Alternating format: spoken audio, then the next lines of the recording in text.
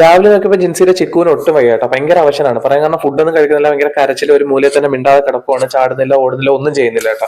അങ്ങനെ ജിൻസി എന്നെ വിളിച്ചിട്ടുണ്ട്, ആ ചിക്കുവിന് ഒട്ടും വയ്യത്തി ഹോസ്പിറ്റലിൽ പോത്തി വാടാന്ന് പറഞ്ഞു. അങ്ങനെ ഞാനും കൂടെ ജിൻസിയുടെ പോയി കേട്ടോ. നമ്മൾ അജ്മാലിലെ ഒരു വെറ്റനറി ക്ലിനിക്കിലാണ് കൊണ്ടുപോയത്. ചിക്കു എന്ന് പറയുമ്പോൾ നമ്മളെ ജിൻസിയുടെ പൂച്ചയാണ് കേട്ടോ. പൂച്ച ജിൻസി സ്വന്തം മക്കളെ പോലെ കാണുന്ന ഒരാളാണ് ഈ പൂച്ച എന്ന് പറഞ്ഞത്. അമ്മാതിരി ഇഷ്ടമാണ് ഈ പൂച്ച പറയാൻ. കാരണം ഇത്രയും പൂച്ച സ്നേഹിക്കുന്ന ഒരാളെ ഞാൻ ആദ്യമായിട്ട് കാണുന്നു കേട്ടോ. ഈ ചിക്കുവിനെ അങ്ങനെ ഡോക്ടറെ കാണിച്ചപ്പോൾ അവന്റെ താടിയിൽ ചെറിയൊരു പൊട്ടലുണ്ടായിരുന്നു കേട്ടോ. അങ്ങനെ ഡോക്ടർ പറഞ്ഞു, ഒന്ന് നമുക്ക് ക്ലിപ്പ് ഇടാം, അതല്ലെങ്കിൽ CT സ്കാൻ എടുത്തതിന് ശേഷം നമുക്ക് സർജറി ചെയ്യേണ്ടി വരും. സർജറി ചെയ്യണമെങ്കിൽ നമുക്ക് CT എടുക്കണമെങ്കിൽ ഇവിടെ ഇല്ല, ദുബായി കൊണ്ടുപോകേണ്ടി വരും എന്ന് പറഞ്ഞു. അല്ലെങ്കിൽ നമുക്ക് ക്ലിപ്പ് ഇടാന്ന് പറഞ്ഞു, തൽക്കാലം ക്ലിപ്പ് ഇട്ട് നോക്കാന്ന് പറഞ്ഞു. അങ്ങനെ നമ്മൾ ക്ലിപ്പ് ഇടാൻ തീരുമാനിച്ചു കേട്ടോ. ക്ലിപ്പ് ഇടാനായിട്ട് കണ്ടു കയറി പറയാൻ. കാരണം എനിക്ക് പരിഗണിക്കാൻ എനിക്ക് ഭയങ്കര ഇഷ്ടമുള്ള ഒരാളാണ് കേട്ടോ.